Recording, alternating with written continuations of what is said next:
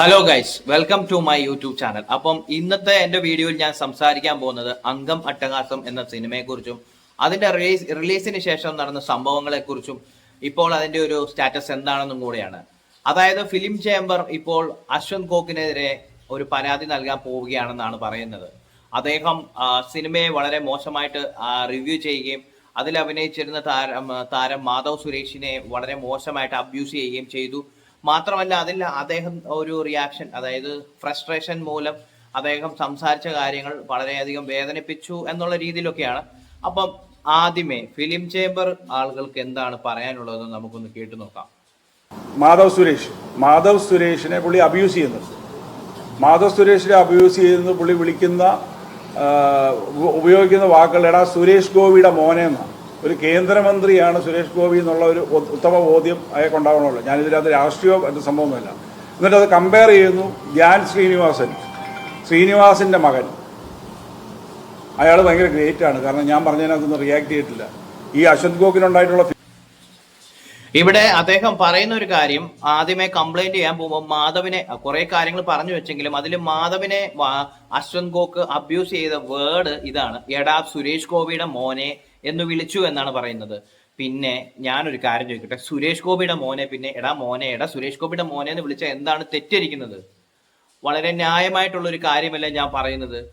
അത് സുരേഷ് ഗോപിയുടെ മോനായതുകൊണ്ടും പിന്നെ പ്രായത്തിലൊരു ഇളയൊരു നല്ലൊരു ചെറുപ്പക്കാരൻ ചെറുകൾക്കുള്ള ഒരു പയ്യൻ കയറുമ്പോൾ എടാ സുരേഷ് ഗോപിയുടെ മോനെ എന്ന് വിളിക്കുന്ന ഇച്ചിരി കലിപ്പിലാണേലും വിളിച്ചേട്ടാ സുരേഷ് ഗോപിയുടെ മോനെ തന്നെയല്ലേ സുരേഷ് ഗോപിയുടെ മോനെ എന്ന് വിളിക്കേണ്ടത്, അല്ലാതെ മാറ്റി ഒന്നും അല്ലല്ലോ വിളിച്ചിരിക്കുന്നത്. അവിടെ വേറെ ഒന്നും പറഞ്ഞിട്ടില്ല. അവിടെ അശ്വന്ത് ഗോക്ക് ആ ഒരു എന്നാ പറയുന്ന ആ വീഡിയോയിൽ പറയുന്നുണ്ട്, അദ്ദേഹം സുരേഷ് ഗോപിയുടെ വലിയൊരു ആരാധകനാണെന്ന് പറയുന്നുണ്ട്.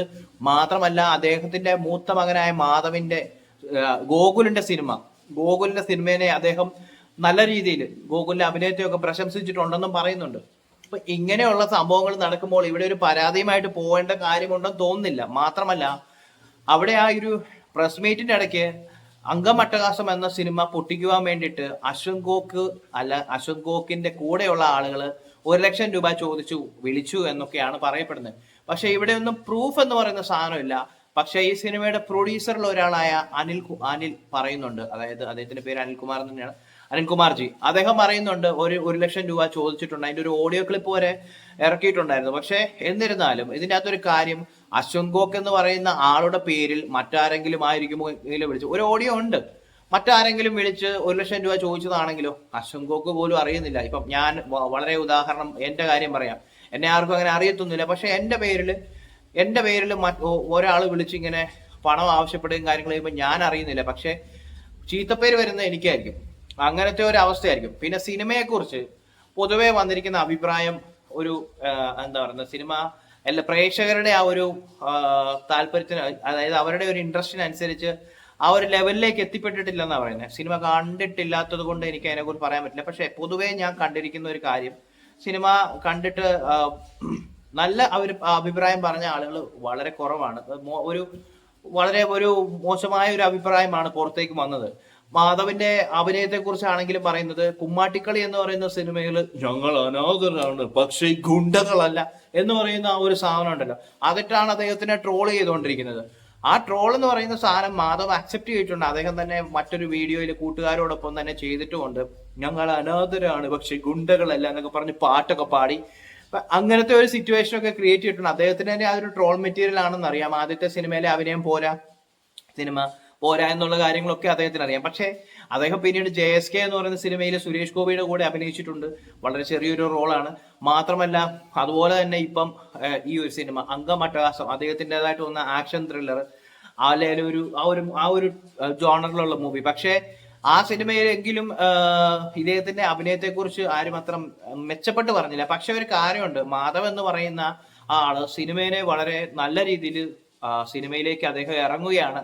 സിനിമ എന്ന് പറയുന്ന അദ്ദേഹത്തിന്റെ ജീവിതോപാധി ആക്കുകയാണെങ്കിൽ ഉറപ്പായിട്ടും അദ്ദേഹം നല്ല രീതിയിൽ എത്തും. കാരണം അദ്ദേഹം പറയുന്നുണ്ട്, ഞാൻ ഇപ്പോൾ എന്താ പറയുന്ന പഠിച്ചു വരുന്നേ ഉള്ളൂ, സിനിമ ചെയ്ത് ആക്ടിങ് പഠിച്ചു വരുന്നേ ഉള്ളൂ, പോരായ്മകളുണ്ടെന്ന്. പക്ഷെ ഇപ്പോഴത്തെ ഒരു കാലഘട്ടത്തിൽ വളരെ ഫാസ്റ്റ് ആയിട്ട് മൂവ് ചെയ്യണം. പക്ഷെ എനിക്ക് ഉറപ്പാണ് അദ്ദേഹത്തിന്റെ ടാലന്റ് തെളിയിച്ചിരിക്കും. പക്ഷെ ഇങ്ങനെയുള്ള സാഹചര്യങ്ങളിൽ അദ്ദേഹം ആ സിനിമയുടെ നായകനായതുകൊണ്ടും ആ പ്രസ് മീറ്റിൽ വന്നിരിക്കേണ്ട ഒരു സാഹചര്യം ഉള്ളതുകൊണ്ടും പ്രൊഡ്യൂസർ പണം മുടക്കിയ ആൾ കൂടെ ഉള്ളത് കൊണ്ടും അവർ പറയുന്ന കാര്യങ്ങൾ പിന്താങ്ങി അദ്ദേഹത്തിന് ഇരിക്കേണ്ടി വന്നു. മാത്രമല്ല അവരുടെ ഒപ്പം ആ ഒരു ടീമിനൊപ്പം തന്നെ അദ്ദേഹം നിന്നു.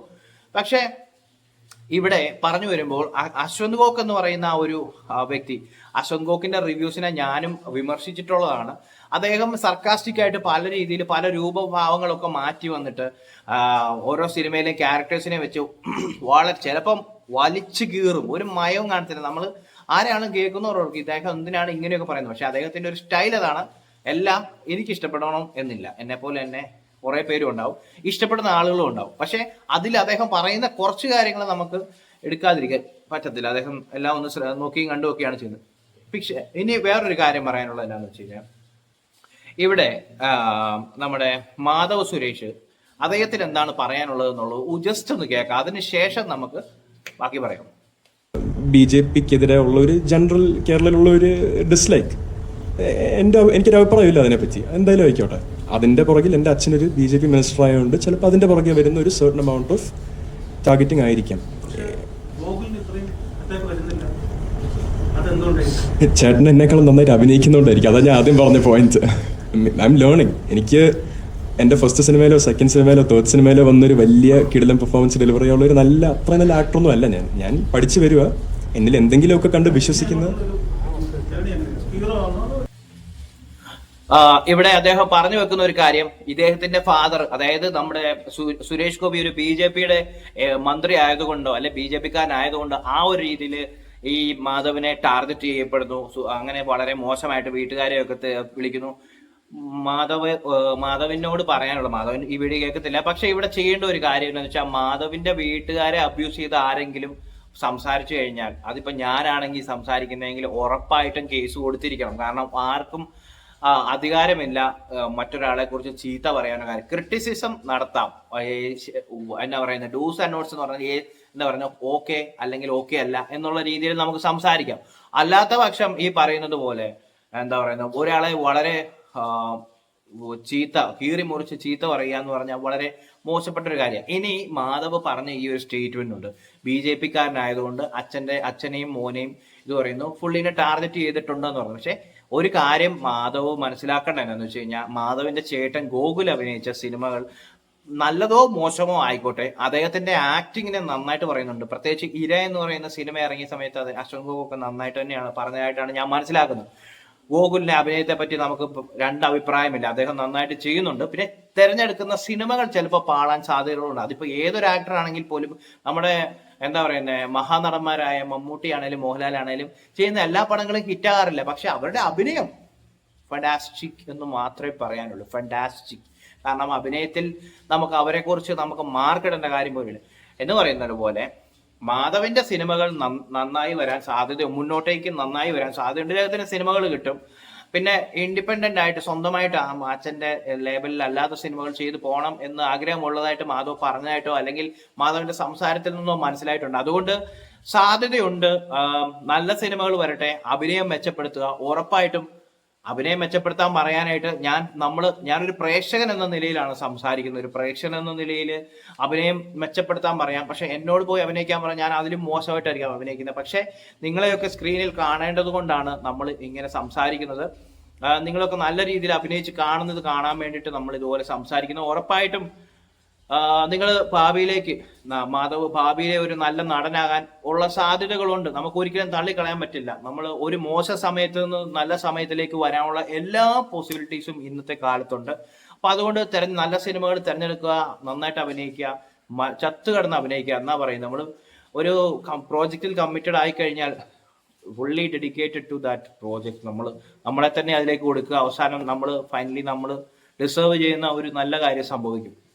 അപ്പോൾ ഈ അശ്വന്ത് ഗോക്കിനെതിരെ ഇപ്പോൾ പോയിരിക്കുന്ന ഒരു കേസ്, അശ്വന്ത് ഗോക്ക് ആ സംസാരിച്ച വീഡിയോയ്ക്കകത്ത് മുഴുവൻ പറയുന്ന കാര്യങ്ങൾ, അശ്വന്ത് ഗോക്കിന് അതുപോലെ വേദന, അതായത് അദ്ദേഹത്തിന്റെ ഒരു ക്രെഡിബിലിറ്റി നഷ്ടപ്പെടുന്ന ഒരു സാഹചര്യം വന്നപ്പോൾ അദ്ദേഹം പറയുന്നുണ്ട് പല സമയങ്ങളിലും ഞാൻ പൈസ വാങ്ങാതെ ചെയ്തിരിക്കുന്നത്. കാരണം അദ്ദേഹത്തിന് അതിൻ്റെ അകത്തൊരു പ്രത്യേകതയുണ്ട്. പൈസ വാങ്ങിച്ച് ചെയ്യുമ്പോൾ അതിന് ഒരു എന്താ പറയുന്നത്,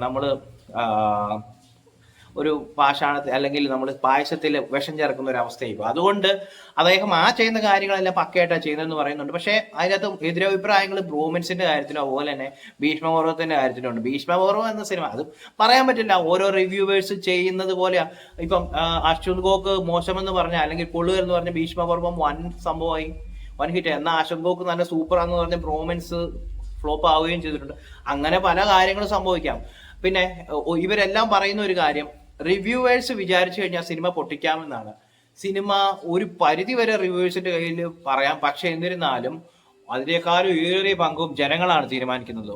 അതായത് ഒരു സിനിമ കണ്ട് ഇറങ്ങുന്ന പ്രേക്ഷകൻ 10 പേരോട് പറഞ്ഞു, എടാ ഞാനൊരു പടത്തിന് പോയായിരുന്നു, വെടിക്കെട്ട് പടം, നീ ഒന്ന് പോയി കണ്ടു നോക്കാൻ പറഞ്ഞാൽ ആ 10 പേർക്ക് ചിലപ്പം അവൻ പറഞ്ഞതിന്റെ പേരിൽ, ഇതാണ് മോക്ക് പബ്ലിസിറ്റി, നമ്മൾ പറഞ്ഞു വരുത്തുക എന്ന് പറയത്തില്ലേ, അതായത് പറഞ്ഞു വരുത്തുക, എടാ കൊള്ളാം കൊള്ളാം കൊള്ളാം എന്ന് പറഞ്ഞു കഴിഞ്ഞാൽ ഉറപ്പായിട്ട് പോകും. എടാ പോരാ അത്ര പോരാ എന്ന് പറഞ്ഞാൽ ചിലപ്പം 10 പേരുണ്ട്, അതിനകത്ത് 5 പേര് പോകും, 5 പേര് പുറകോട്ട് വലിഞ്ഞിരിക്കും. അപ്പം ഇതൊക്കെയാണ് സിറ്റുവേഷൻ. റിവ്യൂവേഴ്സിന്റെ തലയിലോട്ട് സിനിമ വെച്ച് അല്ലെങ്കിൽ ഒരു സിനിമ മോശമായി കഴിഞ്ഞാൽ അത് റിവ്യൂവേഴ്സിന്റെ തലയിലോട്ട് വെക്കേണ്ട കാര്യമില്ല എന്നുള്ള ഒരു അഭിപ്രായക്കാരനാണ് ഞാൻ. കാരണം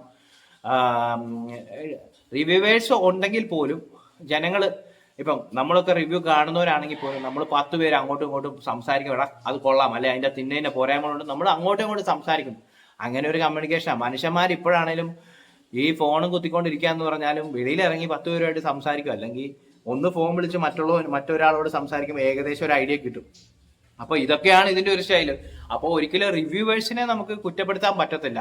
ഒരാൾ മോശം പറഞ്ഞു എന്നും പറഞ്ഞ് ഒരിക്കലും ഒരു സിനിമ പൊട്ടത്തില്ല. ഏറ്റവും വലിയ ഉദാഹരണമാണ് ഭീഷ്മപർവം എന്ന് പറയുന്ന സിനിമ, അല്ലെ? പിന്നെ അശ്വന്ത് ഗോക്ക് ബ്രോമൻസ് നല്ല കിടുക്കനാന്ന് പറഞ്ഞ സിനിമയാണ്, പക്ഷെ അതിന് ആള് കയറിയില്ല. കാരണം അശ്വന്ത് ഗോക്ക് നല്ല കിടിലൻ മൂവിയാന്ന് പറഞ്ഞെങ്കിലും 10 പേര് പുറത്തു നിന്നവർ പറഞ്ഞു പോരാ, സിനിമയ്ക്ക് പോരായ്മകളുണ്ടെന്ന്. അപ്പോൾ അതുകൊണ്ട് ഇപ്പോഴും മോക്ക് പബ്ലിസിറ്റി എന്ന് പറയുന്ന ഒരു കാര്യം ഇതിൻ്റെ അകത്ത് വളരെ വിലപ്പെട്ട സാധനമാണ്. മാത്രമല്ല, ഒരു തിയേറ്ററിൽ സിനിമ റിലീസ് ചെയ്തതിന് ശേഷം ആ തിയേറ്ററിൽ നിന്നും സിനിമ കണ്ടിറങ്ങുന്ന ഫസ്റ്റ് ഹാഫ് കഴിഞ്ഞിറങ്ങുന്ന ജനങ്ങളുടെ മുന്നിലേക്ക് മയക്കുമായിട്ട് ആളുകൾ ചെല്ലും. അപ്പം ഏകദേശം ഫസ്റ്റ് ഹാഫിന്റെ ഒരു ഇത് കണ്ടവർ പറയും, ഒരു മിക്സഡ് അഭിപ്രായങ്ങൾ ഉണ്ടെങ്കിൽ ഒരു ഭൂരിഭാഗത്തിന്റെ അഭിപ്രായം കണക്കിലെടുക്കാൻ പറ്റും. അതുപോലെ സിനിമ കഴിഞ്ഞ് ഇറങ്ങുന്ന ആളുകളുമായിട്ടും ഇതുപോലെ മൈക്കുമായിട്ട് യൂട്യൂബേഴ്സോ അല്ലെങ്കിൽ ഏതെങ്കിലും ഓൺലൈൻ ചാനൽസുകാരോ ചെല്ലുമ്പോഴത്തേക്കും അവരും ഇതുപോലെ പറയും, ഇതുപോലെ സിനിമ എങ്ങനെയുണ്ടായിരുന്നു, കൊള്ളായിരുന്നോ, ആക്ടിങ് കൊള്ളായിരുന്നോ, ആ സിനിമയായിട്ട് ബന്ധപ്പെട്ട ഒരു വിലയിരുത്തൽ ഒരു 100 പേരുണ്ടെങ്കിൽ അതിനകത്ത് ഒരു 20 പേര് പറയും. അപ്പൊ ആ 20ന്റെ അകത്ത് നിന്ന് നമുക്കൊരു 18 അല്ലെങ്കിൽ 15 പേര് ആ സിനിമയെ കുറിച്ച് ഒരു കൊള്ളാം എന്ന് പറയുകയാണെങ്കിൽ it's going to be a hit, അതാണ് പറയാൻ പോകുന്നത്. അപ്പോൾ അങ്ങനെയൊക്കെയാണ് അതിന്റെ ഒരു കാര്യങ്ങൾ. അപ്പൊ എനിക്ക് മനസ്സിലായ കുറെ കാര്യങ്ങളാണ് ഞാനിവിടെ സംസാരിച്ചത്. അപ്പം അംഗം അട്ടഹാസം എന്ന് പറയുന്ന സിനിമയുടെ പേരിൽ മാധവ് സുരേഷ് ഒരിക്കലും തീർന്നു പോകുന്ന ഒരു സാഹചര്യമില്ല. കുമ്മാട്ടിക്കളി എന്ന് പറയുന്ന സിനിമ തീർത്തും ട്രോൾ മെറ്റീരിയൽ ആയി പോയെന്നുള്ള അദ്ദേഹം ഇദ്ദേഹം വളരെ പ്രതീക്ഷയോടെ ചെയ്ത സിനിമയാണ് അംഗം അട്ടഹാസം. അപ്പം പറഞ്ഞു വരാനാണെങ്കിൽ ആസിഫ് അലി എന്ന് പറയുന്ന വലിയ നടൻ, ഇപ്പോഴത്തെ വലിയ നടൻ, ഇപ്പോഴത്തെ അദ്ദേഹം വളരെ നല്ല രീതിയിൽ അദ്ദേഹത്തിന്റെ തുടക്കകാലത്ത് എന്തൊക്കെ സിനിമകൾ എടുത്തിരുന്നത്, ഒരുപാട് പടങ്ങൾ ഇറങ്ങിയിട്ട് പൊട്ടിയിട്ടുണ്ട്. അന്നൊക്കെ ഒരുപാട് പേര് വലിച്ചു കീറിയിട്ടുമുണ്ട് ആസിഫ് അലിനെ. പക്ഷെ ഇപ്പൊ അദ്ദേഹം നിൽക്കുന്ന ലെവൽ എന്ന് പറയുന്നത്, അതായത് ഒറ്റയ്ക്ക് വഴിവെട്ടി വന്ന് കയറിയതാണ്.